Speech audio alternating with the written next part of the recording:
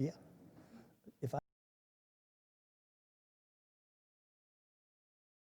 Commissioners, Skip, you ready? Commissioners, thank y'all for coming tonight to our roundtable. And just so the people that are watching this on our YouTube channel, we will, during the presentation part, we're just going to keep our camera focused on the screen so the people in the general public can see kind of what we're talking about. And if you have a question at any time during the process, I think, Kyle, did you tell them use their right to speak button? And we'll go from there. So if you'll use your buttons, but during the presentation, we're not going to change the camera around and go to each commissioner.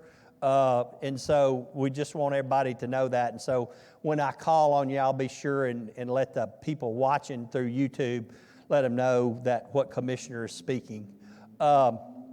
And again, thank you for being here. Thank you to Mr. House and Jim and Norm and everybody else from the school system for being here. As y'all well know, if you go to the next slide, please, Shannon. What I want to do is just kind of give you a little breakdown of what we have done to facilitate constructing a middle school for our school system. And if y'all, I don't think I have to remind everybody, but of course this thing quit working, but in February 2019, the school system came to us for some design fees to build a middle school. And this commission voted not to do it, and it brought on a lot of discussion about the site in general, called the Kirkwood site or the Arkadelphia site.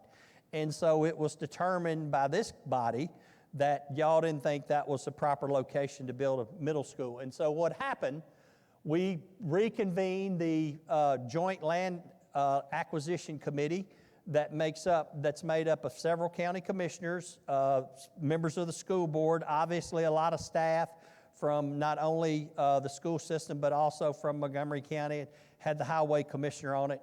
And we brought the planning commission in on that as well. And so the planning commission, they started the whole process and based on their collaboration with the school system, where we knew we needed to build a middle school, what general area, they selected 3 kind of geographic areas. And out of those 3 geographic areas, there were lots and lots of sites. And so then, after meetings, after discussing, and the Planning Commission, through this process, it wasn't just going to look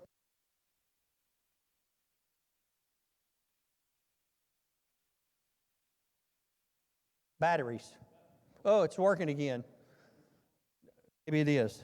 The Planning Commission, during the process, they didn't just go look and say, okay, we know we need a minimum 100-acre site, hypothetically. They looked at everything. They looked at utility availability. They looked at transportation infrastructure. They looked at the soils that were there. They looked at drainage features. Lots and lots of, Jim and Norm, y'all help me, but a whole lot of criteria that was set out to identify these parcels that would potentially work for a new school complex. And so the Joint Land Acquisition Committee narrowed it down to 1 geographic area with 4 potential sites. And I've skipped a lot of the steps in here because there were a lot of meetings that took place. But basically, their offers were made to property owners. One of the owners didn't want to sell. And so there was 3 offers, correct me? Is that correct, Jim? There were 3 offers made, and they were made by the school system to the landowners. And I've set in, I think, on every one of those offers. And we got counter offers from every single one of them. And out of 2 out of the 3, our offer was $20,000 with some things that we would do in consideration for the sale. And all of the counters came back almost double that, with the exception of one. And that was the site we're going to talk about tonight. But that site, it quit working again. Okay, that site came back with a counter offer as well. The counter offer was to provide a pad-ready site for the school and even build a school. And so there was a lot of discussion about that, and we actually met. It was selected in October 2019. In February, we met with the school system, with the county attorney, and another county attorney on retainer, Mark Mamontoff.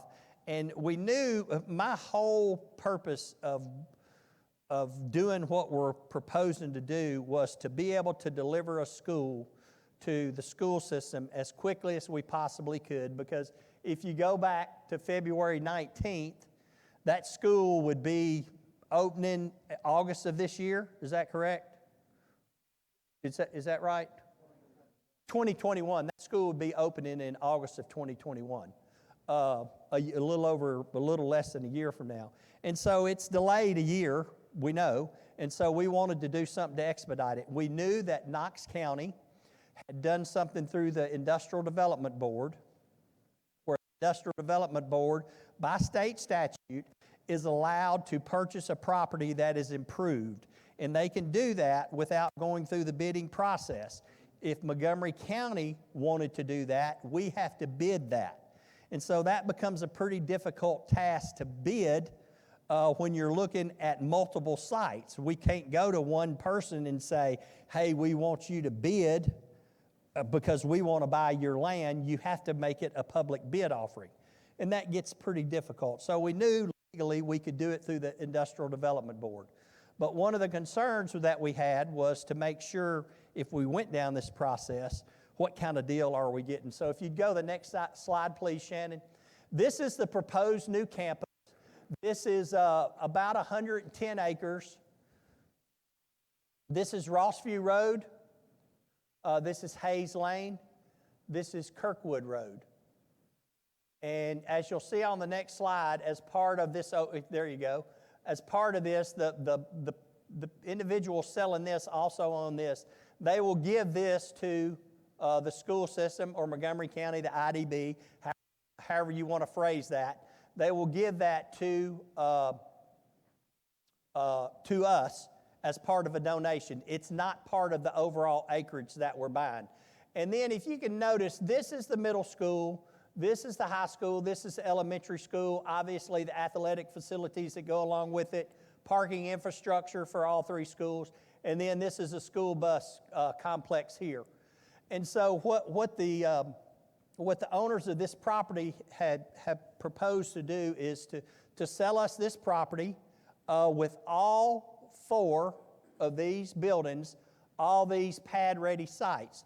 But what they've also agreed to do is to come in here and build this pad first that will allow the school system to start construction on a school early 2021. Early 2021 being January 2021 would be the optimum time. We can't go much beyond that because then we're going to get into, instead of opening school in August of 2022, we'd have to delay that opening, and August being the start of a school year. So what we're trying to do is, number one, I'm not going to prioritize it, but what we're trying to do is get a school built as quick as we can, but also protect the taxpayers' dollars as well. And so this little, and you'll hear us talk about this later, but the way this deal's set up is this section right here. Our agreement to purchase will have two closings. It'll be a closing for this, and that will give ownership to the school system, IDB, to the county, prior to January of 2021, which will allow us to start construction on the site. If we don't own the property, we can't start construction on it. So that's the reason for two closings on the piece of property. And if you have a question at any time, I know this is kind of complicated, but if you have a question at any time, please feel free to ask it. And so we know that to do this, we got to pay for it. If you go to the next slide. And so when we're looking at the school system's 5-year construction plan, a total of $77 million, almost $178 million, I want you to, this thing seems to be going in and out, Skip. If you just want me to, I really don't want to hold that. I talk with my hands a lot. Let me see if I can. Okay, so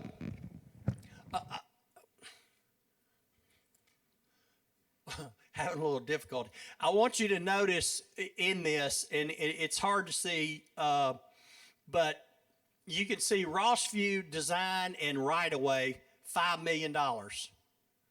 So if you'll go back, Shannon, 2 slides.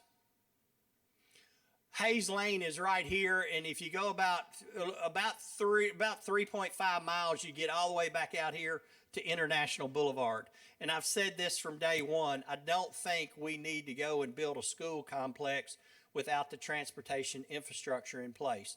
And if you recall, a couple of months ago, maybe 3 or 4 months ago, the commission authorized the mayor to enter into a contract with TDOT to provide design and right-of-way for this entire section of the road with the intent that TDOT would pay for the construction. And so, Shannon, if you'll go back, please, to that, their timeline, and you'll also see in 21-22, there's an additional $5 million. We think that overall cost is going to be about $10 million. We put it in 2 different fiscal years. It may not break out exactly $5 million here and $5 million here, but we're pretty confident that $10 million will do it. And so if you look at what we've got to do over the next 5 years, and I'll say this right now, and Mr. House may want to speak to it, he may not, but we don't know what school's going to look like in 5 years. With COVID and with what's going on today, I think Mr. House, the last I heard, he said Monday about 42% of your students are going to be virtual. And so that obviously could have a huge impact on capacity needs for the school system in 5 years. We don't know what that's going to be. I personally think we're going to go back to normal. I think they will still offer the virtual school for students. Mr. House has indicated that that would be a continuing program. Okay. Okay. Traditional.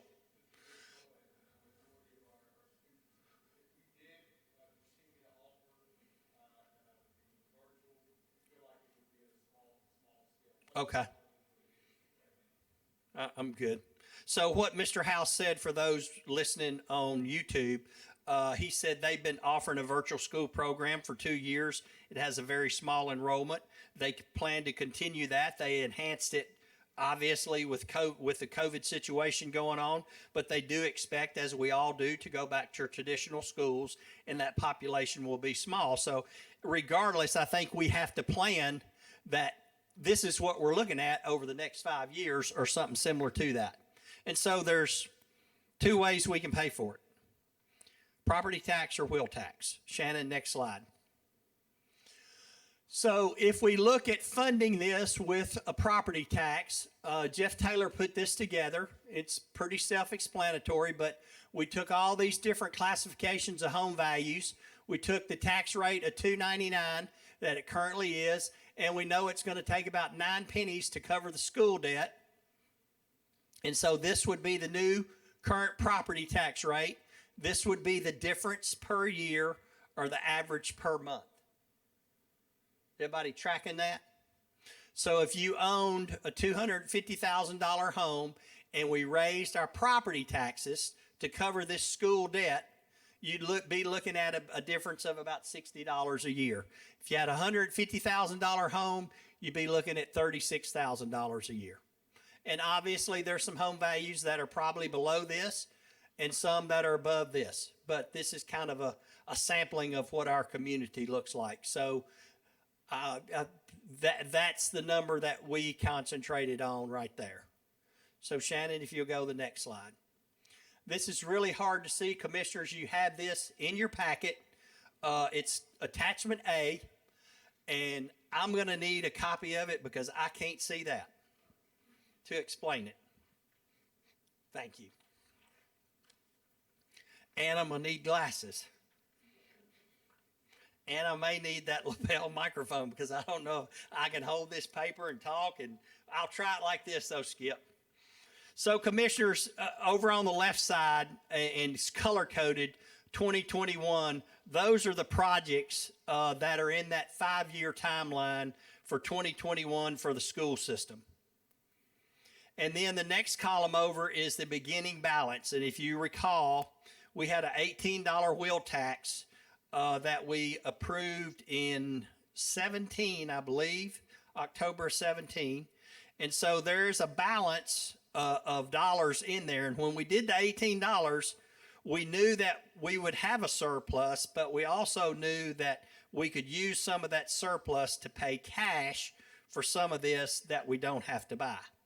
And so I want to tell you right now, before you go any further, when I get over to the ending balance, you're going to see a pretty hefty ending balance before any of this new school debt hits us. But what you have to remember is that we got to buy this site, and our proposal is to buy this site. The first closing is $6.7 million. We would pay cash for that. Then we turn around and pay cash for $1.2 million, and these are all be on your agenda in our September meeting. Pay $1.2 million for the architect fees for this school as well. So you're talking about $7.9 million that we will pay cash for that we will not borrow. And so just, again, going across the line, you'll see the beginning balance, and you'll see the $18 wheel tax. And you'll notice on the year 2021-22 is down about 5 spaces. And so we thought it was important that we show you the balance that's in that $18 increase that we had. And so if you just keep coming across, it shows you the total wheel tax revenue. The next line is a $25 wheel tax increase. And then it shows you the revenue. And then it shows you the 2020 bond principal and interest. And that's where we did the $4.5 million for the Barksdale. Help me there, Jeff. That 2020A bond principal and interest. Turn his microphone on. West Creek, Oakland, and Oak Street. And Oak Street. If you remember, we've already approved that funding. And so that's that. And then the 2021 is the 69.5, and that's all those projects over on the far left that are highlighted, that are that color, peach, I guess you could say. That's that column. And then the next one are the 21-22 projects that are kind of the orange or the yellow. And then the 22-23 bonds of 23.5 are in the green. So the peach is 69.5 million, the yellow is 70 million, and the green is 23.5 million. And so if you look over at the next to the last column, that's our total bond payments, principal and interest. And so here's where the math is, and that's taken our ending balance, including available bond proceeds. And if you look down at the year 25-26, and it's very, very hard to see there, but right there, you see we have a deficit of $5.6 million.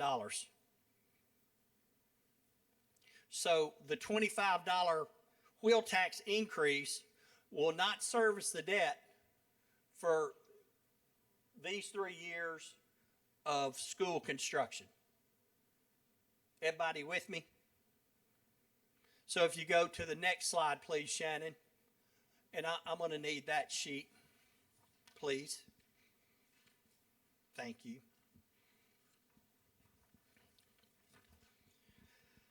So as we went through this, we looked and we said, okay, we know that we've got some debt that's rolling off in 24, 25, and 25 and 26. And so let's take some of that debt money that we're paying into our debt service fund and offset the negative for the wheel tax. So in other words, instead of taking the wheel tax to $35 to, if you remember we had a $5 million deficit, we can leave it at 25 because we know we've got debt coming off of our books and we can use that debt to help service the debt for these 3 years of a 5-year school projects. Everybody with me? So they're hard to see for the general public, I know, but if you look, the column on the far left is our current existing debt service, and then there's the 69 million at about 2.5%, what's estimated, and then the next column is the 70 million at about 3.5, and then we put some county debt in there, and I'll show you this a little bit later. And then there's the 30 million at about 3.5%, and then another county debt in 2023. And so we get our estimated debt service payment, or what our debt service is. And then the little column here is our fiscal years. And so if you look at our estimated revenue, a 25%, a $25 wheel tax increase, it shows you our total revenue, and then it shows you our excess revenue.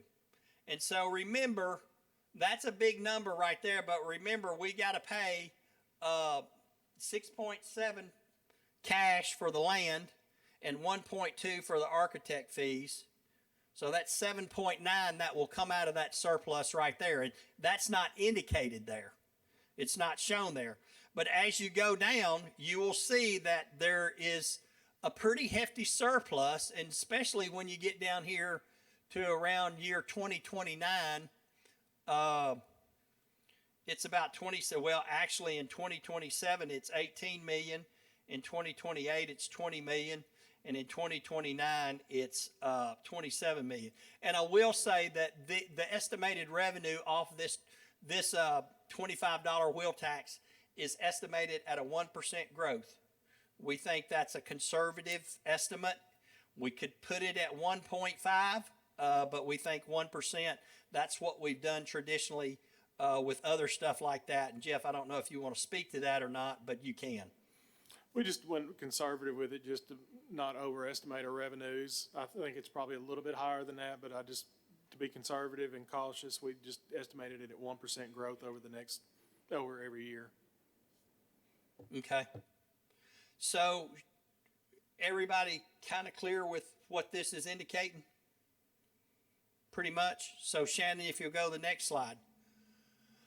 So when we talked about that excess that was over there, and these, the asterisks are indicated, if you go back, Shannon, when we talk about county debt here and here, now go back. The ones with asterisks are in those fiscal years.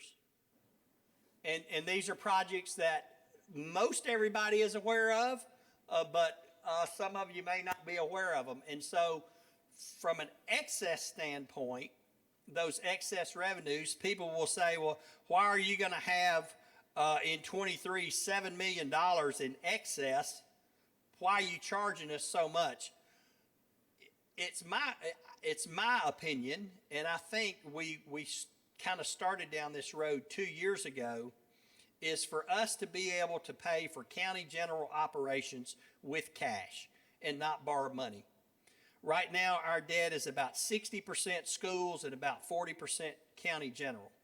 And I think if we could get it where our property tax dollars are paying for county general without borrowing money, I think we're in a pretty good spot to be in. This doesn't quite get us there, but it starts us down that road. And so if you look at these projects, new animal control land and facility, we have money budgeted this year. We know that Erin's office, the property assessor, I asked her to put it off a year this year. Of course, we didn't fund any capital projects, but we know that needs to happen. We know out at the safety complex, we need to build a burn tower for training. Something that hadn't been talked about, but we know Kelly's office at the county clerk, she's operating at max capacity today. I don't know how they do what they do, and they're all just, they're burning themselves out, I think. And so I think we need to look at creating a satellite location for our county clerk's office. The courthouse roof, we have money for studying this, but I don't know, a month ago, every window on, I think it was this side of the building over here to my right, every single window leaked. We had people up here with paper towels and towels drying up all the woodwork. And we know it's roof related. We just don't know how to see it. One thing that you may not have heard about, those that serve on 911, because I know Commissioner Harper does, 911 is bought some property. They're going to move. They own that building, but the plan is to sell it back to the city of Clarksville because the city of Clarksville is overloaded at the police department, and they have some other plans for the upstairs, and we rent the upstairs. And so I think we've got to start making a plan on where are we going to put EMA. It's a 100% funded county agency, but they got to be somewhere, and there's some preliminary talks about maybe building a facility adjacent on the property that 911 bought, or possibly even incorporating it into that facility. I think it'd be better if it was a standalone facility, but we know that's on the horizon. Those on the budget committee and the jail and juvenile committee, you know about what's going on here with the jail renovations in the old jail, looking at possibly closing the workhouse where it is now, possibly making it a juvenile facility, and then going in to the old jail. But there's some plumbing issues there, there's some HVAC issues there, and there's some electrical issues there to get it up to standard. There was originally in the request this year for capital projects, it was $1.5 million just to address the sewer. I don't think $1.5 million will fix it. I think it'll be closer to about $3 million. But again, it goes back to some of that excess. Maybe something like that. We don't borrow $3 million to fix that sewer. We pay for it with cash. And then juvenile detention facility, I mentioned that. I think everybody's aware of the courtroom. Commissioners, we're going to get another judge. It may not be next year. It may not be year after that. But as soon as we get another judge, prior to getting the judge, we've got to finish out the courts complex over there. We still have, I don't know what floor it's on. I think it's the third floor. But there's room to add 2 additional courtrooms over there today. If you recall, 3 years ago maybe, we spent about $7 million adding courtrooms over there.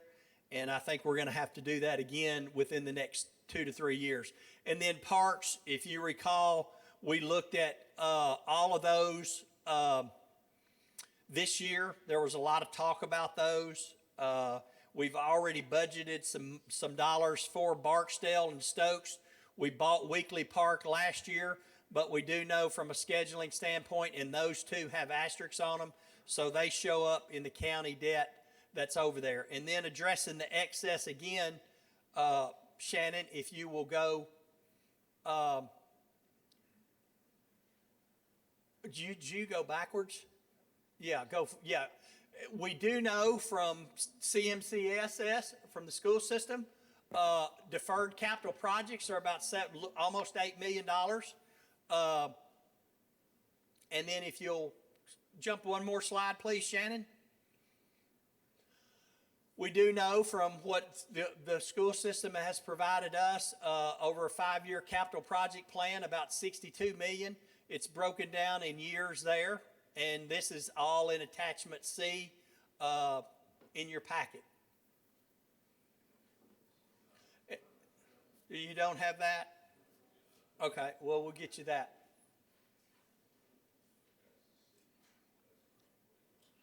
So can somebody make sure they get that attachment? Do you have it, Melissa? Oh, you're going to just go make copies of it? Oh, okay. So we have it. It's just not in their packet. So if she's handing that out, Shannon, if you'll just go back, if this $62 million, that's schools. Go back, please, one more. The 7.8, that's schools. If you go back, another one. These are all county general projects. And if you go back one more, and that's the reason for the $25 increase, is to hopefully allow us to start down the journey of getting out of debt on the county general side. And again, we have two funding options. We have wheel tax, we have property tax. And the least impact on Montgomery Countyans is a $25 wheel tax increase as opposed to a 9-cent property tax increase. Questions? Commissioner Harper. She doesn't have that printout Okay. that you're referencing. Okay. Attachment C. We'll get that to you. It's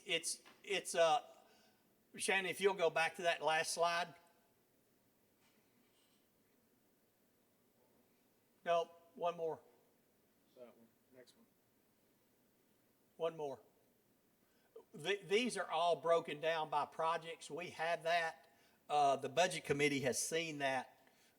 Maybe not the entire 5 years, but I think y'all may have presented the whole 5-year plan to us, if I'm not mistaken. But we have that, and we will get that to you. We'll get it to you. If not tonight, we'll get it to you first thing in the morning. So, any other questions? Commissioner Pritchard.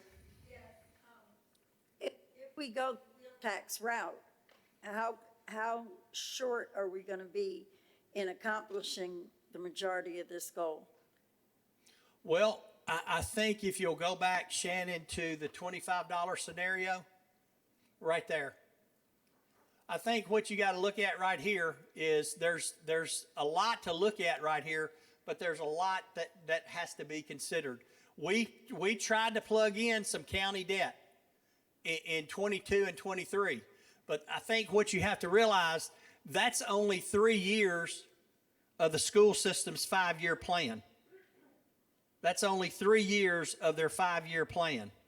And so this excess could very well be dedicated to the other 2 years of the school system's 5-year plan. And in 3 years from now, they're going to have a new 5-year plan that's going to be 8 years out from today. I just don't think the way our community's growing, unless something changes, and I don't see it changing, even with COVID, I don't think we're going to see our growth taper off. I think we're going to see it continue to go. And if you look at all the data that's out there and what the Planning Commission estimates and everything, you know, we're looking at a population of 300,000 in I don't know what year, but not long from now. I mean, I used to think a year was a long time, but years is like a hiccup now. It don't last very long. Yes, ma'am, Commissioner Leverett. So, Mayor, for us to try to at least make an attempt to get in front of growth when it comes to schools, how many more will we need to project and try to build to stay in front of the growth when it comes to schools? Well, I don't know what I did with my other sheet, but if you look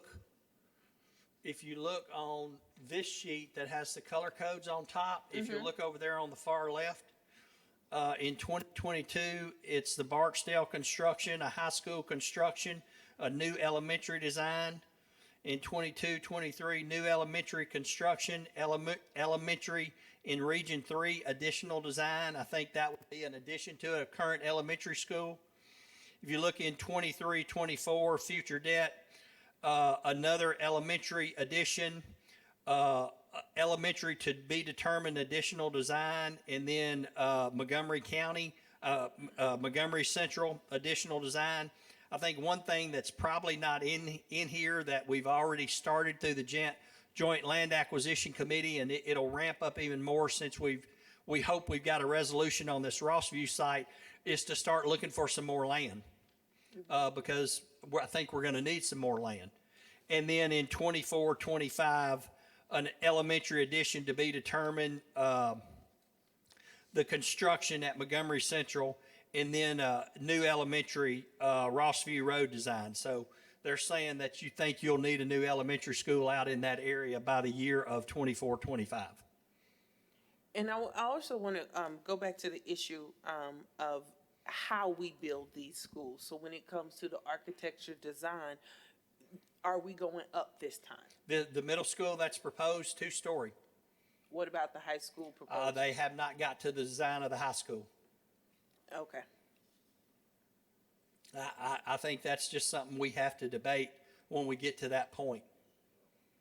Okay. Those are all the questions I have. Commissioner Pritchard, do you have something else? What? Oh, I'm sorry, Commissioner, you yield? Okay, Commissioner Pritchard, go ahead. I'm sorry. This site that we're looking at for this new school that we started out looking at, pad ready. This site, if I'm correct, the IDB is purchasing. Now, the pad ready part, is that coming from the owner of that site, or is that something that we're investing in order to facilitate? If you'll go back The to, construction. if you'll go back to the diagram, that if you'll go back to that. So what the property owner is going to do, the property owner is going to construct basically as identified in the scope of services and in the project agreement that you will have in your packet for the informal. They're going to develop all of this, and basically with the exception of these roadways, they won't put the topping on the roadways. It'll just be the binder course, but all utilities will be brought to this site that will service everything that's on this site. All the road infrastructure will be built. The 4 pads will be built. The athletic fields will be graded. In other words, this site, once they complete the entire site, would be ready to build a high school on the next day. What's the benefit to the property owner to do all of this? Well, I think I don't know that it's a benefit to the property owner, but I think what the benefit is to us to do it, if we went out and bought this land tomorrow. We have to do it, yeah. So then we have to go out and we have to do all the due diligence. We have to do all the borings. We have to do all those things. We have to bid that out. That all takes time. Then we have to turn around and we have to bid out all the construction work. That all takes time. It'd be difficult, but it would be possible if we bid the entire site, and I think Jim and Norm and Mr. House would agree to this. If we were doing this work ourselves, we would want 100% of the dirt work done in the beginning, because we don't want a school sitting in the middle of a construction zone where they're moving dirt and everything. So all the grading, all the utilities, all of that would be done. We have to bid that out. And so you have to go through that process. What we're doing is we're buying something with a guaranteed site to allow us to start construction on this middle school in early 2021, and the rest of it to be completed by probably late spring, early summer of 2021. Sounds like a good deal as far as Montgomery County is concerned. Well, I think it is a good deal, and I didn't touch on this a lot, and Jim and them have a very detailed presentation that the Joint Land Acquisition Committee looked at, but there was some concern from the very beginning of doing this process, and to ensure that we were getting a good value deal for what the owner of this property was proposing. And so when we got their original number, it was outside of the realm that we thought, and especially the school system thought, was a good deal. But there were a lot of factors involved in that. And so we sat down with the owners and we looked at what they had proposed to do, and a lot of the things they were proposing to do weren't necessarily things that the school system would want to do at this point in time. There were some other things that were involved in it that typically aren't associated with the construction of just a school. For instance, gas and water is requiring, as opposed to Jim, help me here. Gas and water is requiring that all the utility, the water and the gas, extensions would have typically been 4-inch. Now they have to be 6-inch. Or 6 and 8. Yeah. From 6 to 8 in the water. And so those are additional costs that the owners had in their project. There's some improvements that have to be done to Rossview Road out here with a traffic signal that need to be coordinated with the overall design of Rossview Road that aren't typical of what it costs to build a school. And so, excuse me, that's not COVID, that's a frog. So what they did is once we sat down, and there was a lot of negotiations going. I have to, hats off to the school system, hats off to Montgomery County, and hats off to the owners. There was I'm not going to say it was give and take, but there was a lot of discussion back and forth, understanding what was all in their price. And so once everybody understood everything, and Jim, you may have to correct me with the figure, but their price dropped about 1.3 million, what would be typically for a school, because of if you take out these extensions going from a 4 to a 6-inch gas line and a 6 to an 8-inch gas line and a 6 to an 8-inch sewer line, all of those were kind of add-ons. The intersection improvements, all of that was kind of add-on to be able to get this site to handle this. And so after doing that, and I need to back up a little bit, we got historic pricing, not only from what the school system had, we got 3 local engineers to give us historical pricing data. We got historical pricing data from the county engineer, and we got a historical pricing from the Tennessee Department of Transportation. And so we looked at all of those historical costs and compared them with what we were getting charged, and we feel like we're in the range of what it would cost us if we did it the traditional way. Is that a fair statement? Importantly, we had a 3-school campus at West Creek, and we used. So the general public can hear. Okay. So in addition to that comparison, we have a 3-school campus at West Creek, very similar to this design, and we were able to go back into those construction documents and use the values that were established then and just move that money forward to get to where we wanted to be. I would also say that you don't discount that there will be no site dollars in any of the school resolutions that come to finish this out, because that's all being paid for now, which is going to be a savings ultimately if we don't build that elementary school for several years. Thank you. And for those watching on YouTube, that was Jim Summerall with the school system. And Jim brought up a very good point. If you'll go back to that picture, Shannon,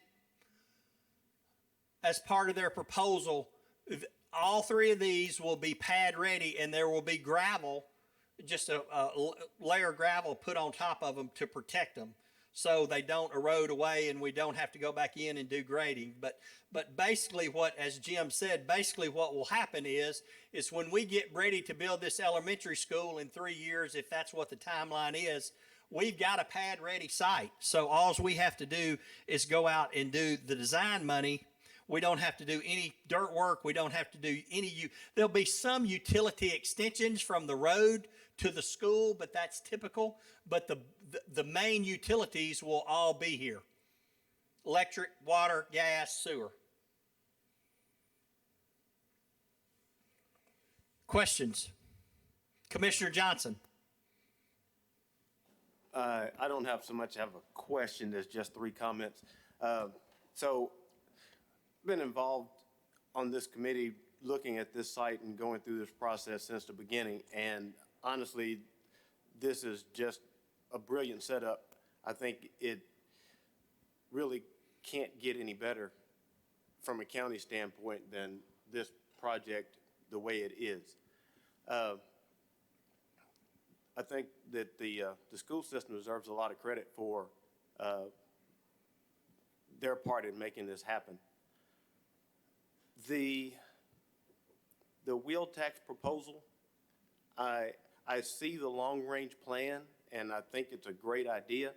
The problem that I have with it is to do an increase after we've had so many people out of work due to COVID. I understand the long-range idea of getting the county out of debt, but, you know, the next administration may come in and decide that they don't want to go down that path, and we've basically hurt our people by this increase for nothing if the next administration doesn't go along with it. And to respond to Commissioner Leverett's question about getting out ahead of the new school phases, you know, the school system's done a ton of work and figured out a plan for the future and what it looks like and what may be coming. But I can tell you that this body is dismantling it by the month because we continue to allow residential rezoning in this area. We're going to need another 100 acres and 3 more schools right down the road from this one if we continue along the path that we are on. And none of that is on that schedule because I don't know if the school system didn't see it coming, but I didn't. And from the way the votes have been going in here on zoning resolutions, I don't think anybody here is looking at it. Thank you. Commissioner Ray? On the design of these schools, we need to look at, make sure we make them big enough that we're not adding portables in 2 years down the road. We need to do something about the design for more students because we know it's going to grow with the 20-year growth plan we looked at earlier this year. Well, and I think it would be everybody's wish to not have any portables, but we're already a year behind on this middle school. We hadn't built a middle school in 10 years. We're still going to have portables, and even though this 5-year plan is an aggressive plan, I don't think it's going to do away with portables. This is Jim Summerall again. So again, to that point, the engineering that was done here was for 3 prototypical CMCSS schools, all of them expandable. So 1,200 on the elementary, 1,500 on the middle school, and a 2,000 student high school. That's the direction we gave the engineers. And so, and the money that the mayor just showed you is based on building those prototypical schools that are expandable. If you want them bigger, taller, then the numbers are not going to, these numbers are based on prototypical schools, a 2,000 student high school. Okay, expandable. In this instance, we would provide relief. We're going to adjust a lot of things, but this is primarily going to provide relief for the Northeast Middle and High School Zone and the Rossview Middle and High School Zone. And then we'll take that opportunity to adjust all the other zones so we take advantage of this large amount of capacity that we're bringing into the district. And so we would intend here to build this middle school at 1,200 students. It is a 2-story design that exists out at West Creek. And then when the time is appropriate, you would add on to bring it to 1,500 students. The same would be true with the high school.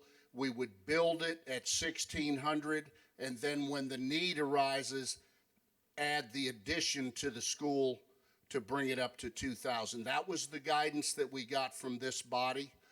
To do something other than that would require us to hire an architect, spend $1 to $3 million designing a whole new building. And so we've tried to make the case that these buildings are working very well for us, and we have responded to the request that we build the schools even bigger to the 1,200, 1,500, and 2,000 student limits. Thank you, sir.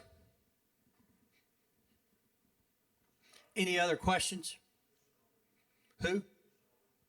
Commissioner Albert, yes, sir. I guess just to piggyback off for Commissioner Ray and Jim's comments, if we built it to the 1,500 now with the cost versus say in 4 years, where's the savings? Is it now or then? I appreciate the question. So, we think that the building would last 6 or 8 years. We can't predict the future, but we think that building it now at 1,200, it would last 6 to 8 years, just depending on how much growth is there out in that area. That is where houses are being built, and people are very interested in living out there. But if you build it at 1,500 now, the numbers that are being projected in these spreadsheets are not correct. Okay. The other question I have is on the land up there where the road is coming in, the new roads are coming in where the little circle is. What's that square of land? What, is that homes there now? Is that vacant land? Yes,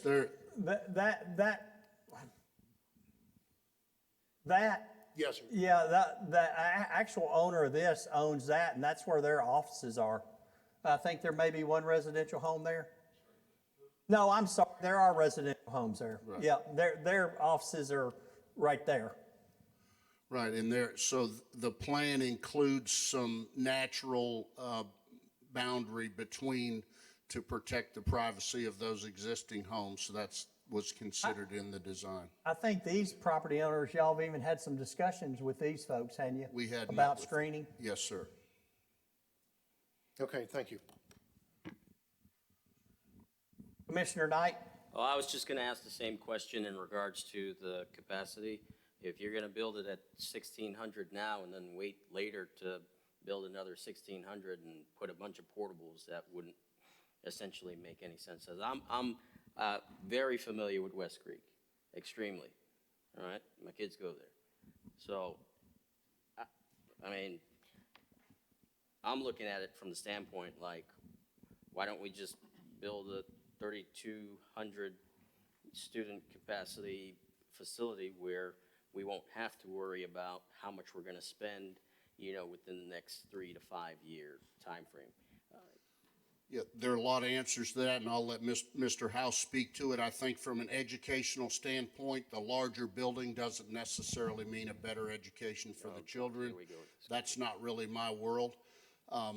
Building the direct answer is, if that's what you want, that has nothing to do with the design that has been established, and it will cost considerably. A big building for 3,200 students is going to cost more than twice the number that we're talking about here. Right. And Mr. House may want to speak to the building these enormous schools with 3,000 or more children. Before if Mr. House doesn't speak, I want to speak to that a little bit. And I understand what the commissioners are saying, and I think there's an argument that goes both ways on it. Do you build it now or do you build it later? How big do you build it? What's the quality of the education that the children are going to get? I mean, those are all very, very legitimate questions. But if we're going to make that bigger, this deal ain't going to work the way it is today. We based it on what I think was the intent of the Land Acquisition Committee to build a 2-story middle school. But even if we want to make this high school bigger, the whole deal's got to be redone, because that pad will not hold it'll hold up to a 2,000 student high school will hold, with all the infrastructure, cafeteria, gymnasiums, everything that would go along with a population of 2,000 students in it. If it's going to get bigger, that pad's got to get bigger. If that pad's got to get bigger, it changes this whole deal. And I'm not saying that to throw it down your throats. If that's what this body wants to do, you just got to remember that you're probably, instead of having a middle school in your system within, by the year, and I'll get my years mixed up, by August of 2022, you're talking best case scenario, maybe August of 2023. And Commissioner Johnson, and Commissioner Pritchard, do you want to speak? I'll come to you in just a second. Do you have any other questions, Commissioner Knight? No, I appreciate it. Thank And again, I'm not trying to be rude. That's just a fact. Commissioner Johnson, and I'll go back to your comment about the development and also about the $25 increase in COVID. Let me talk first about the development aspect of it. Our growth in our community has typically followed utilities. People say it follows schools. Sometimes the schools are responsible for utilities, but if you look at the Sango area out where Mr. Harper lives, sewer has become available out there. That's making that more attractive to builders and developers, and so it's going to follow it. And I can tell you right now, stand here today, you'll be talking about the growth in Woodlawn, whether they want to hear it down there or not, probably in about 5 years, because with the city making an agreement with Woodlawn Utility District on allowing sewer out there, that's going to grow. That's going to grow. And then my second point would be to the $25 increase.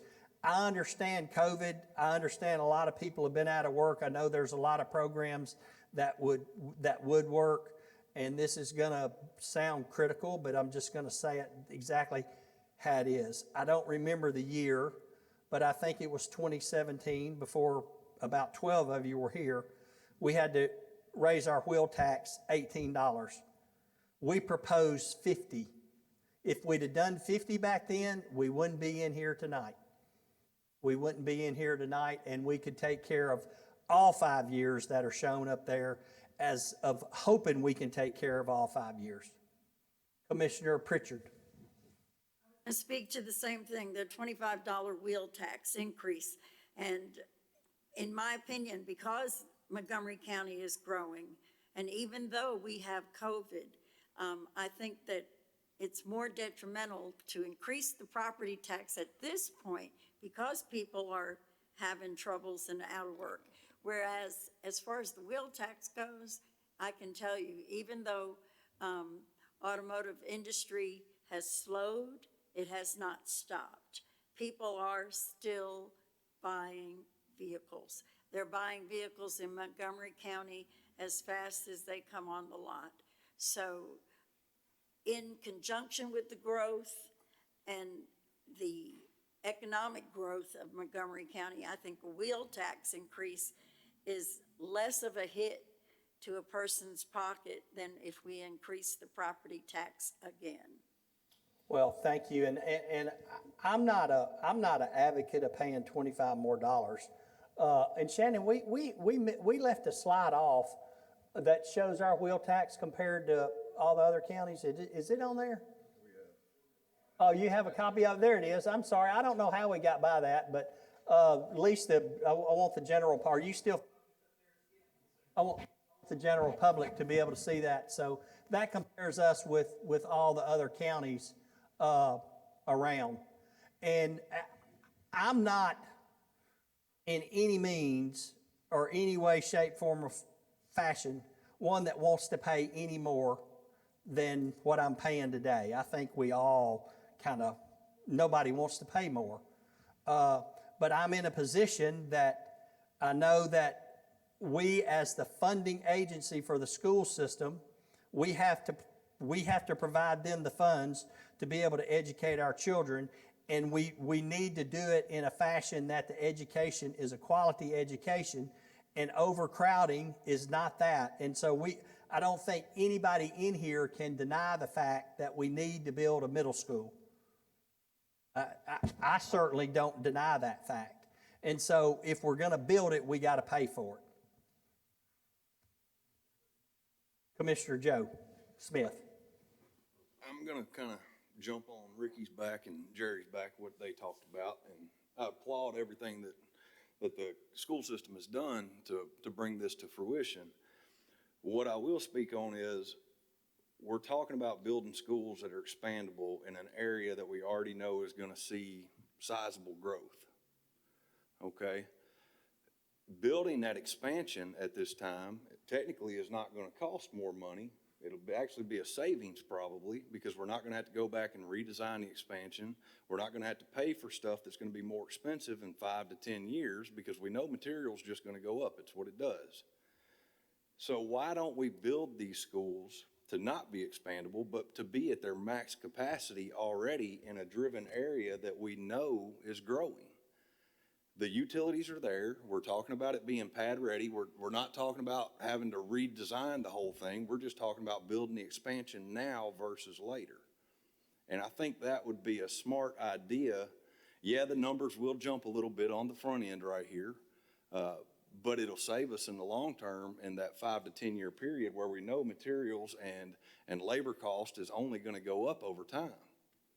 So I think as a body, the best avenue for us to get our best bang for the buck would be to build them to the max capacity that they're expandable to at this time when we build them the first time.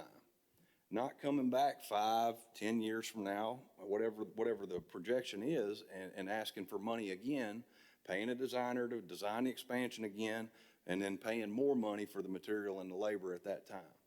So I would respectfully ask that the school system looks at building these to the max expansion possible up front.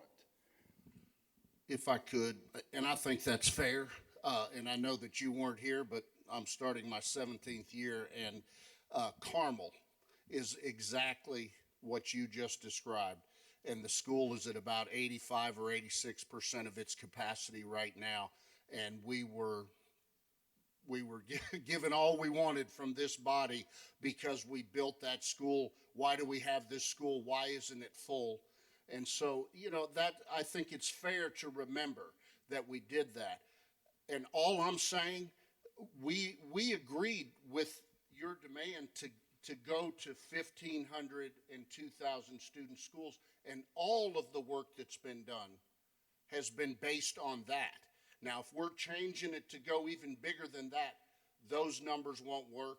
And specific to the middle school, if we're going to pay the architect to design it, his fees are going to go up. So the $1.2 million, that's going to go up. And then the cost of construction, because we're adding.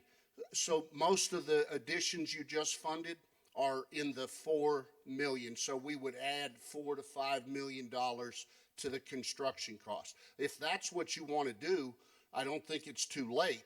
I think you got a trouble with the math that the mayor just presented. Be back on there. All right. And I completely get that point. But y'all built Carmel, and we didn't redistrict either.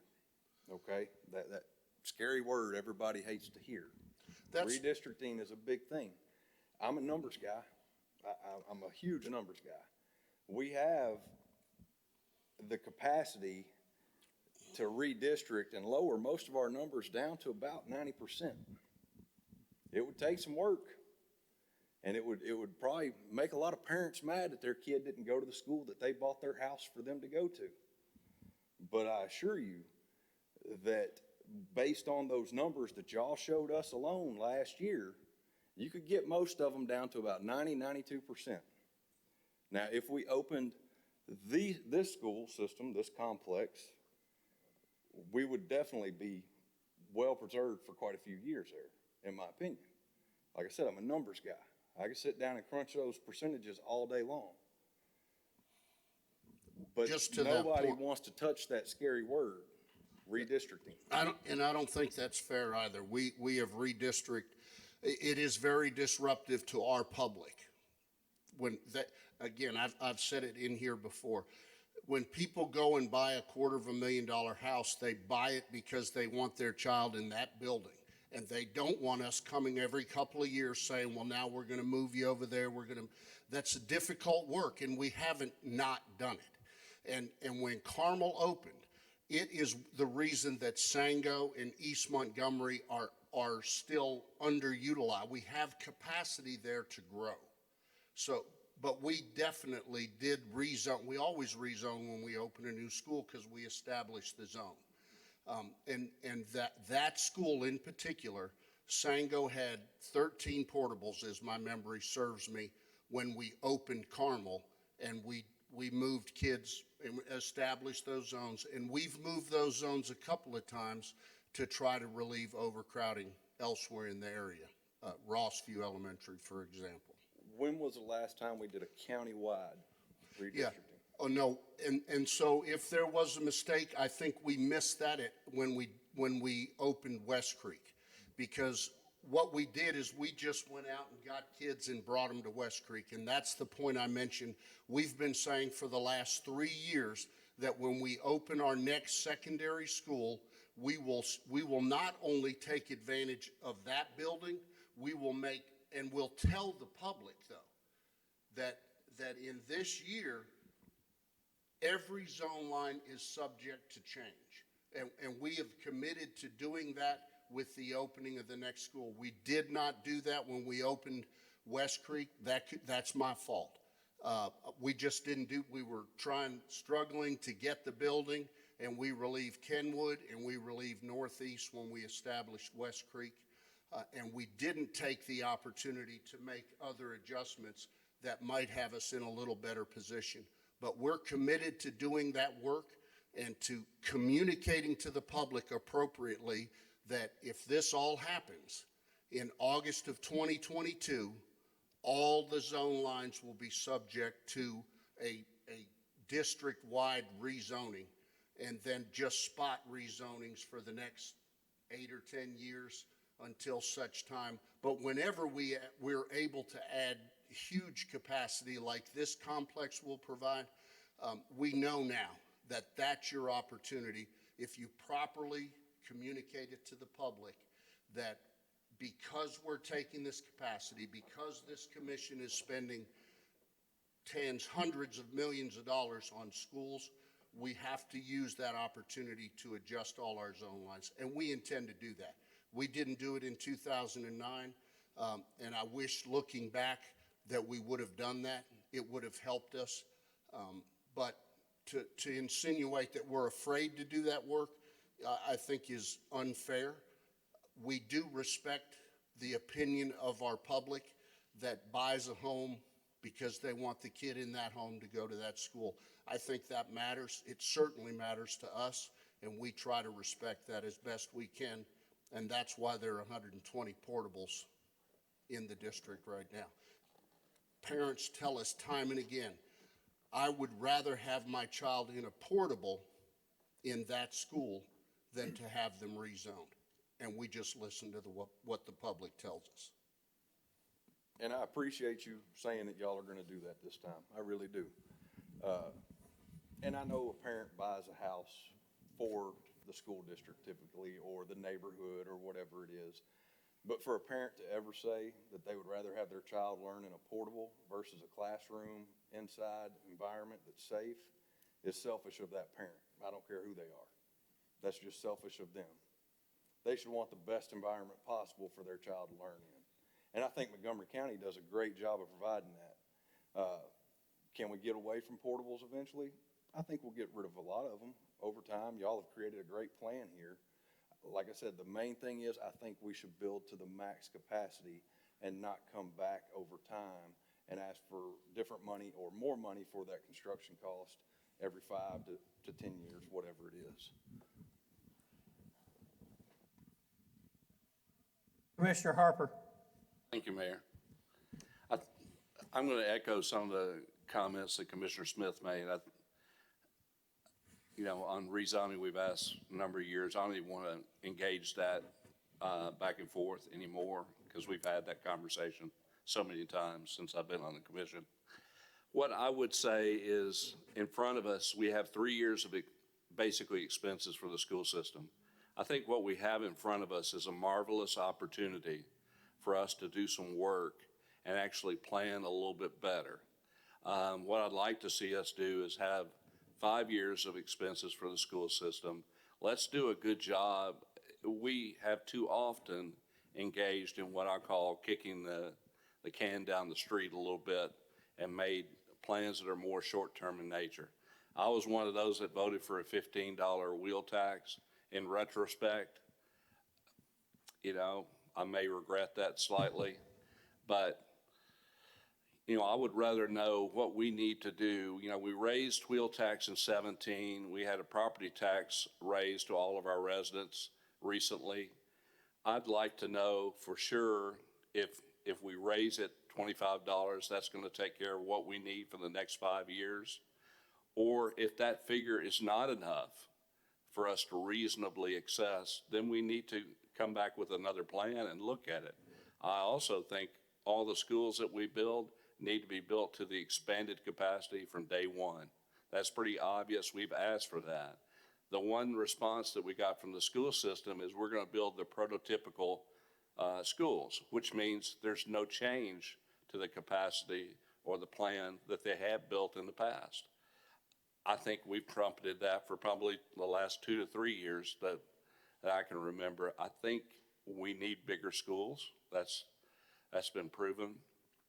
But the one thing I would like us to do is do a little bit, I'm really excited about the opportunity that we have before us, but let's make sure that we're doing all the due diligence we need to, that we're not just kicking this down the street for the next commission to take up. I don't want that to happen. Another observation that I would make about county rates is if you look at the rates, any of the counties that are over $60 for a wheel tax, they are not growing counties. It looks like to me, the only one that I saw that was significantly growing was Robertson County at $85. And I want to know why down in Chattanooga, they don't even have a wheel tax, and how they're able to provide for their county without one. And there's several others that are much lower. Williamson County, for instance, has a $25 rate. I'd like to know why those rates are so different. Maybe they're doing something. Their penny value's almost $1.5 million. That's the difference in Williamson County. And a lot of these counties, their wheel tax does not go towards schools. A lot of them get, some of these smaller counties where it's pretty high, they go towards county general. They go towards parks. They go towards convention and visitor, where they don't have a hotel motel where they can promote their community. So, and I don't know why Hamilton County, but again, I think if you look at a lot of these counties as well, and you look at their property tax rates compared to ours, I think our property tax rates are probably lower than a lot of those that you're seeing up here that maybe have smaller wheel taxes than we do. I didn't mean to cut you off.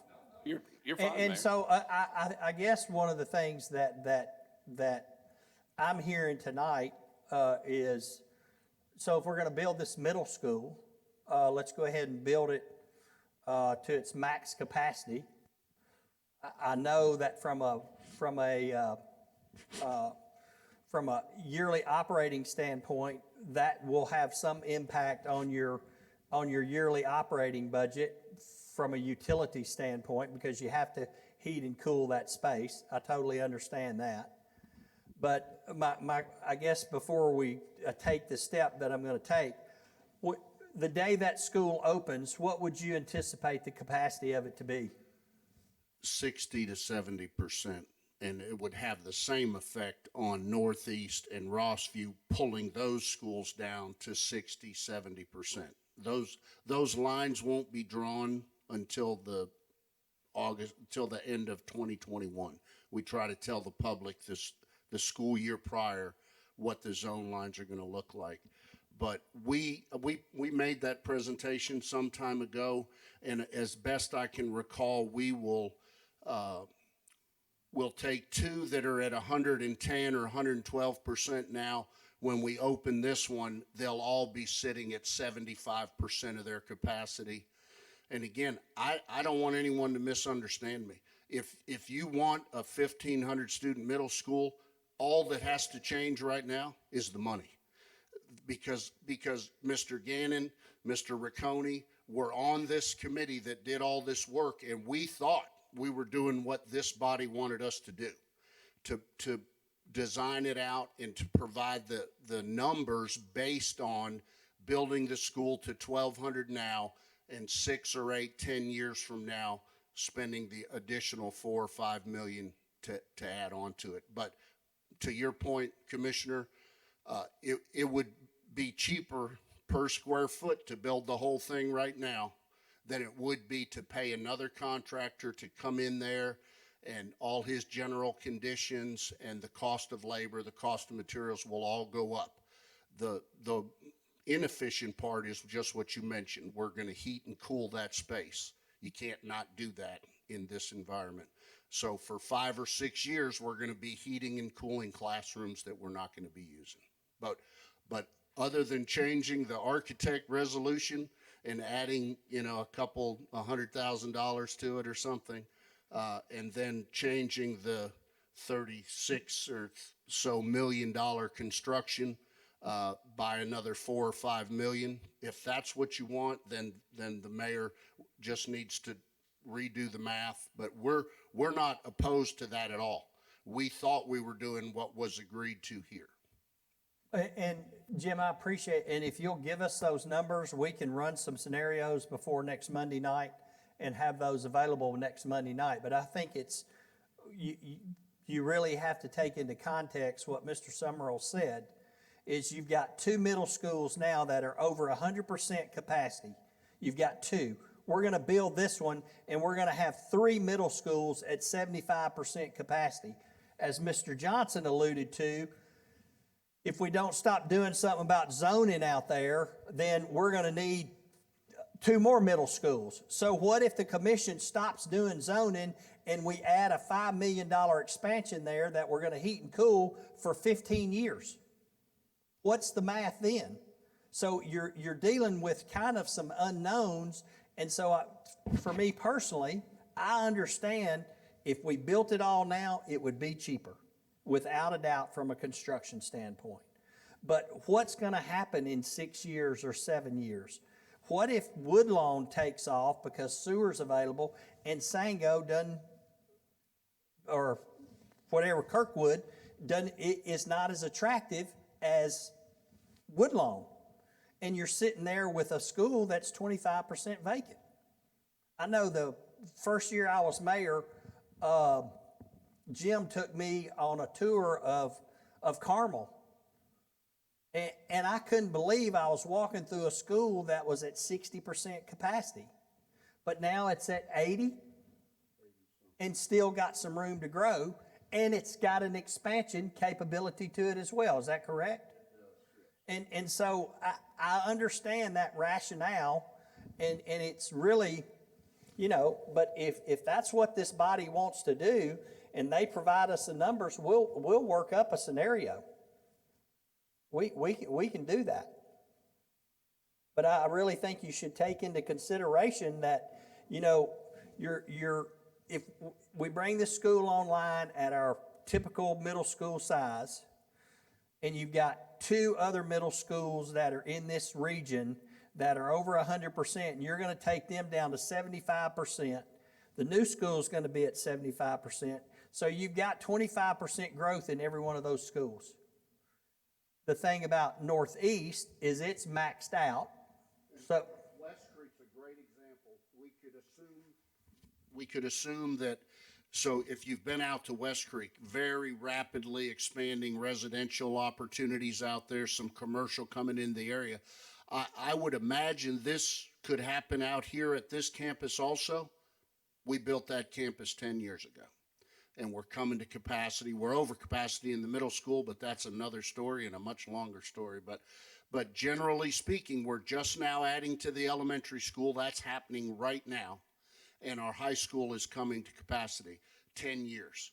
So depending on, we don't know what's going to happen out there 6 years from now. It could be that they're all full, but it's a difficult, and it is a difficult forecast to make. But we're ready to go to 1,500. We settled on that long ago. We thought it was your desire that we build it at 1,200 and then add on to it when the student enrollments would require it.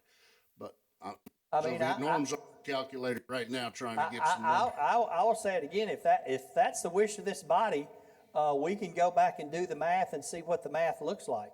And I think, Shannon, Jeff, don't kick me, and I want to thank y'all for all the work y'all have done on this.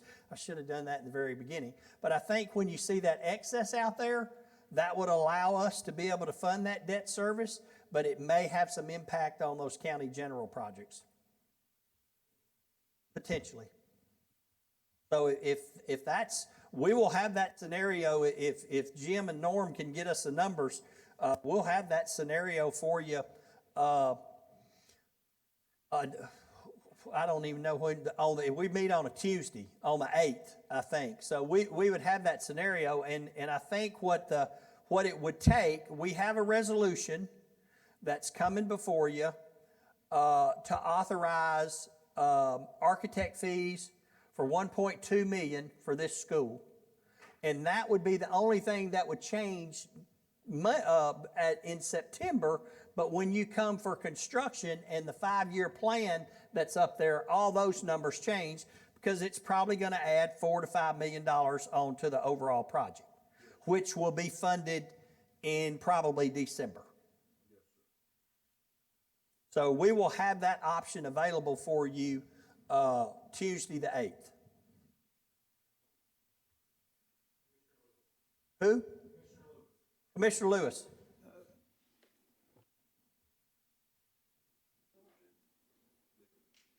So I'm gonna have to say, I disagree with building the school to full capacity. Because just what you just said, we're at 80% at one school right now. It's not being used. And the school is having to maintain the rest of the school. Electricity, water, sewer, the whole thing. And then we take and build this school at full capacity, and then we're gonna have 3 schools that have to be maintained, but we're not using the whole body of the school. That means you have to hire extra people. Larger school, you gotta have more custodians and more people to manage it. So I disagree with building a school at full capacity, knowing that right after it's built, you could have anywhere from 2 to 3 schools sitting at 70% or 75%. They're not, 25% of the schools sitting there not being used, but you still have to maintain the school. Thank you. What? Who? Commissioner Pritchard. I see everybody here cutting off your nose to spite your face. If you build to your max capacity now, Montgomery County is growing exponentially. We're not talking 6 years. In the last 3 years alone, over 11,000 people have relocated here. We're building as fast as we can to house the people that are coming here. And they're not coming here through Fort Campbell. They're actually coming here from all parts of the country, from California, from New York, to relocate here. When you build the schools, that school's not going to be empty for 5, 6 years. You may end up putting portables in that school before the first day of school. That's what happened at West Creek.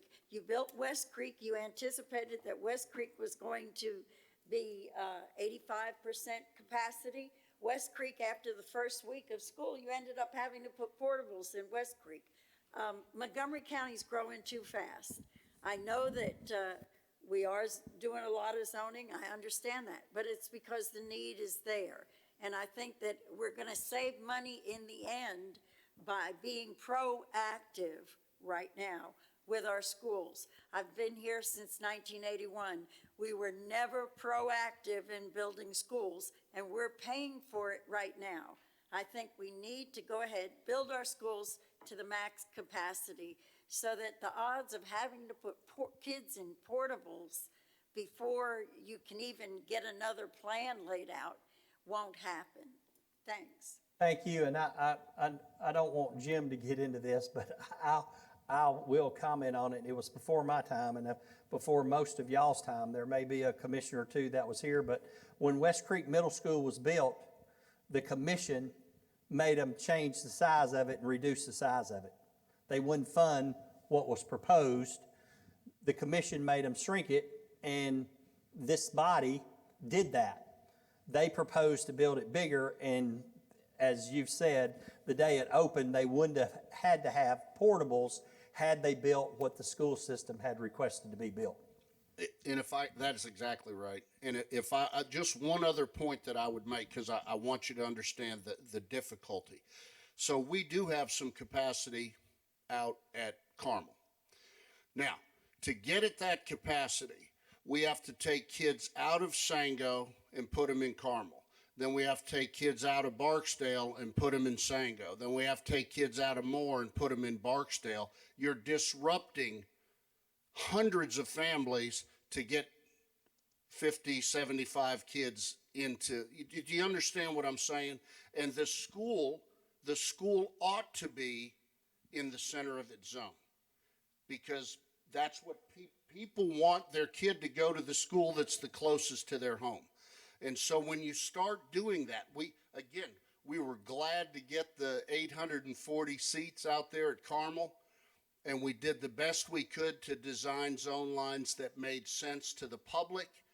And the other option we have is to display. People don't mind getting rezoned into in this instance, a $40 million building.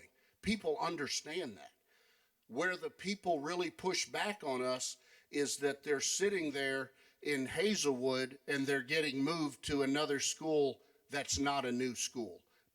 And we've done that. We've done it, and I'm just hoping that you understand why there is still capacity out there, because we don't want to displace families that are just sitting fine in the school that they chose to go to, and moving them from this school to that one to get those out of that one into that one is not what the public is, and we try to honor what they tell us. So what will happen on the 14th, and we'll see it on the 8th, and I don't know the exact numbers of the resolutions, but you will have a resolution that would be to levy a wheel tax. And right now, that proposal is at $25. And let's just say it stays at $25. The next resolution that you will have will be to enter into an agreement, and I don't know the exact language of it, but that's to allow the IDB to go out and get this site built. They would turn it over to the school system. Montgomery County funds it. And then the next resolution will be a resolution to authorize $1.2 million in architect fees for the design of this middle school that we're talking about. So at that point in time, if the $25 will work, somebody can make a motion to amend the $1.2 million in architect fees. We'll have what that new number is gonna be, and that'll be the only thing this body has to do to make sure that, because we're gonna design the full pad. And so when the school system comes to us in probably November to ask for funding or to build the school, it's gonna be to build the whole school. So there's really only one step that has to occur. We can debate this all night, but one step that has to occur, and that's to amend that funding resolution for the architect fees. And once we get the numbers, we'll verify that the $25 will work. And if it won't work, then if somebody's still wanting to do that, then we may have to tell you, instead of $25, it needs to be $28. That's a hypothetical number. I don't know that. I think 25 will work. I think it has some long-term effect on us on our county general projects. The library, the Barksdale, the Stokesfield, I think Stokesfield's at like 9 million, the library's at 10 million, animal care and control's at 6 million, Barksdale's at 12 million. The list goes on and on. So those are things that you're gonna be forced to be able to fund some kind of way in the near future within your term. But that would be the only thing that would have to happen at the commission meeting, is to amend that. It's the very last resolution, I believe, is it not, Shelley? Yeah, it's the very last resolution that would need to be amended, and they will provide us with the amount. We'll provide that to the entire commission.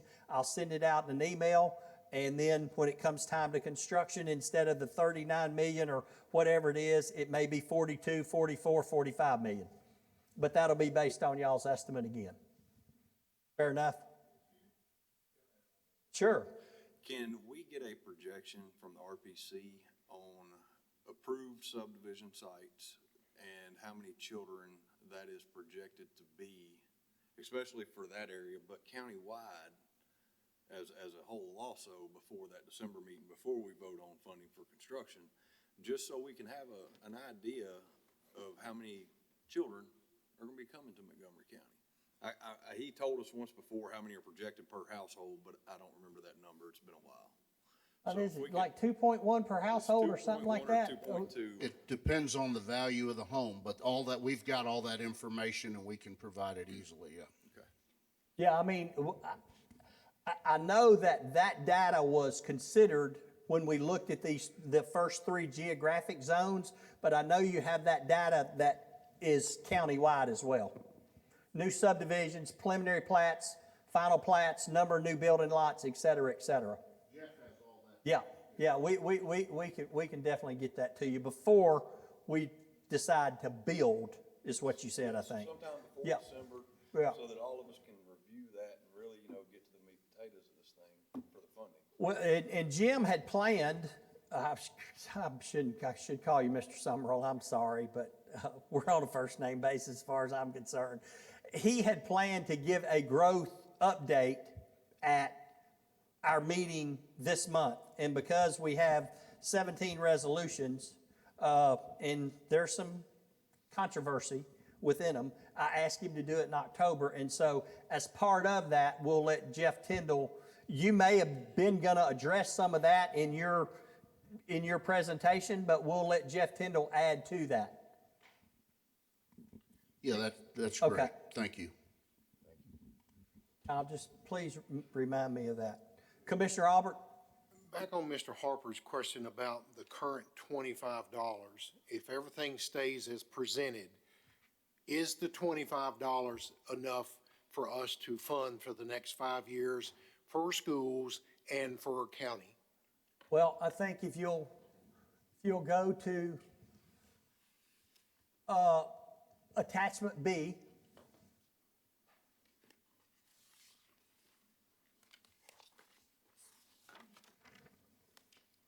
and you can look at that excess that's out there, and it's really, really hard to see. And then Shannon, if you'll go back to their 5-year plan.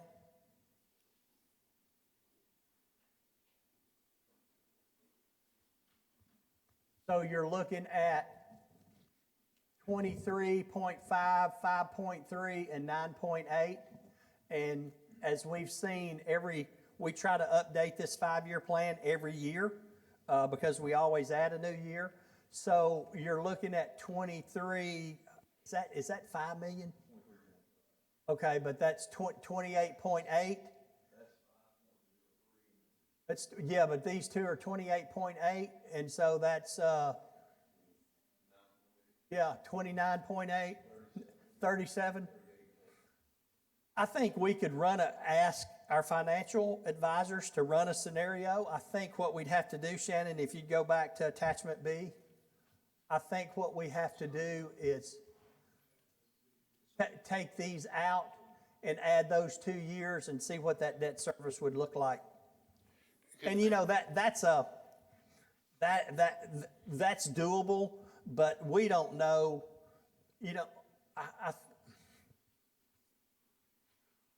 we're looking at what they're estimating, the 30 million in 2023. That's A, it's on B.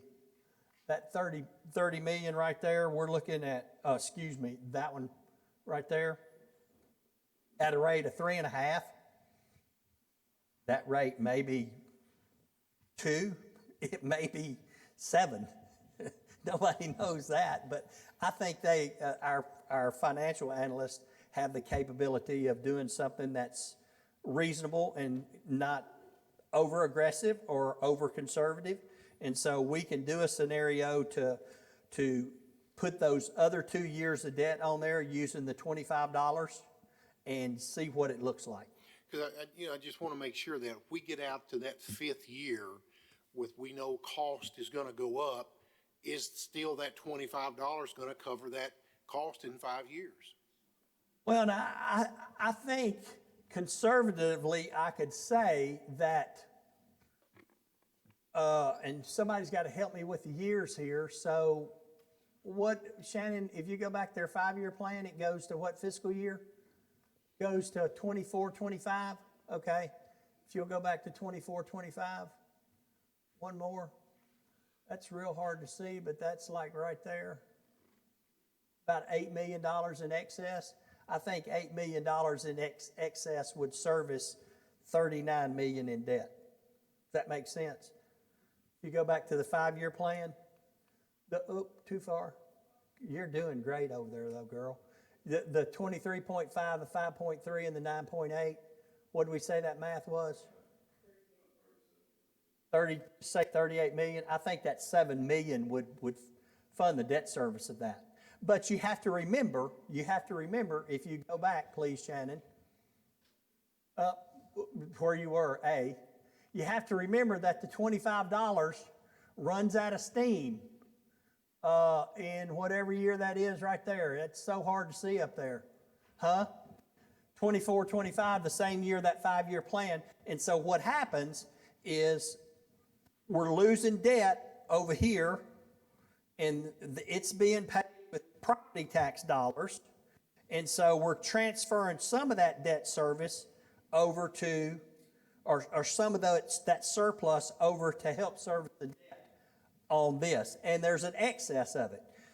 And, I think another thing that you have to think about, you're looking at this whole big scenario, is how are we going to grow county? We're talking about the county growing. How are we going to grow growth-wise county general? Somebody help me, Commissioner Leverett or Commissioner Keene on the Budget Committee. How many people did the Sheriff's Department ask for? Was it 30-something? So, we're going to have growth in county general. And the one thing, if we're just looking for this wheel tax to service all this and don't count that debt, when our debt service payment goes down, if we don't count taking some of those dollars and applying them to this school debt we're talking about, if we just left that there and let it go towards county general and county general funding, then I think that 25 would probably have to go up to maybe 30, 35. Probably. And if you take, and another thing we don't even take into consideration is the last couple of pages of this PowerPoint presentation regarding their capital improvements and maintenance items that we've got to have tax dollars for as well, because we can't just keep giving them zero every year for that. And I think that's what we're trying to get out, is that if it needs to go to 27 or 28 to make sure that that is covered, that we don't have to come back, or the next. This current existing debt service that we have, and you can see where it goes from $46,953,000 if you're looking at attachment B.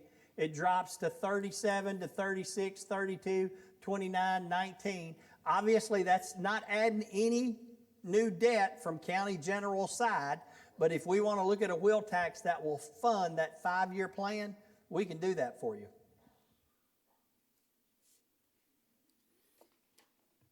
I think it'd be worth looking at for everybody to see those numbers, because, again, now's the opportunity. If we are going to do this, do it now, and not put it on the future commission. Thank you. Commissioner Harper. Thank you, Mayor. What I'm saying is I'm exceedingly uncomfortable if we're not looking at least 5 years out of raising the wheel tax $1 even. But at the same time, we're pitching various ideas for the wheel tax. The wheel tax, it has to be spent on school debt, correct? No. And the way the resolution is is written, it can be used on school debt or county general capital projects. And that's the whole reason when we start seeing our debt service go down, that's what creates this surplus over here that would allow us to pay cash for county general projects to keep this debt service payment continued on the downward trend. When we raised it in 17, It was 100% for school construction. It's all how the resolution's written. so this resolution is different than the one in 2017. Yeah, and I'm glad you brought that up. I probably should have explained that. I wasn't trying to hide it because when we talked about this excess, I talked about some of that excess could go towards these county general projects, and we showed you the county general projects. Some of those, like that sewer thing, we could pay maybe $3 million cash for it. It would come out of this, which is a combination of, in the first few years, it's a combination of wheel tax and dropping our debt service dropping. But then you saw what the $25 does. It runs out of steam in 24, 25. So we're having to offset the $25 with some of the debt service that's fallen off, and it's still giving us some excess. Make sense? I understand that. I'll just state for the record, I'm exceedingly uncomfortable with changing the scenario to wheel tax from school debt, which is 60% of our debt as a county. It's a lot easier pitch for me in my district when we say that 100% of those proceeds go to retire school debt. I mean, they understand that, but now it's a little. 25 ain't gonna work. I understand that. Yeah. What I'm saying is I'd like to get it to the point where we're proactively planning. I find myself agreeing with Commissioner Pritchard. I think we may have a little kumbaya afterwards, but we're on the same team, I think. Well, we can do a scenario. It can happen. We can do a scenario that does not take into account our debt service payments reducing, and 100% of the 5-year plan funded by a wheel tax increase. But it ain't gonna be $25. Right, I agree. Yeah. It won't be. I think if you look at that, it'll push 35, I know. But we can do that scenario. Yeah. That'd be great. So we're going to do that scenario, and then we're also going to do the scenario of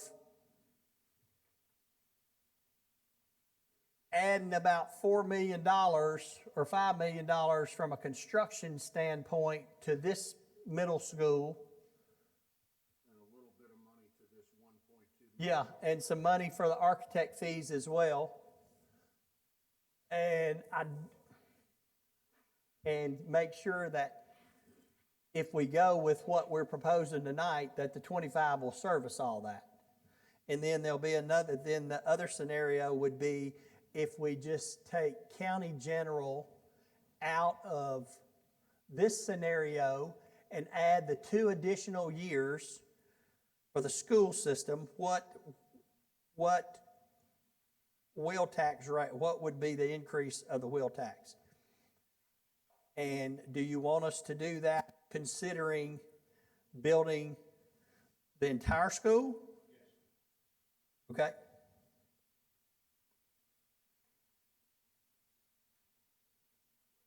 And I don't think you have, well, no, and the high school construction falls in 2023. Is that right, Jim? Yes, sir.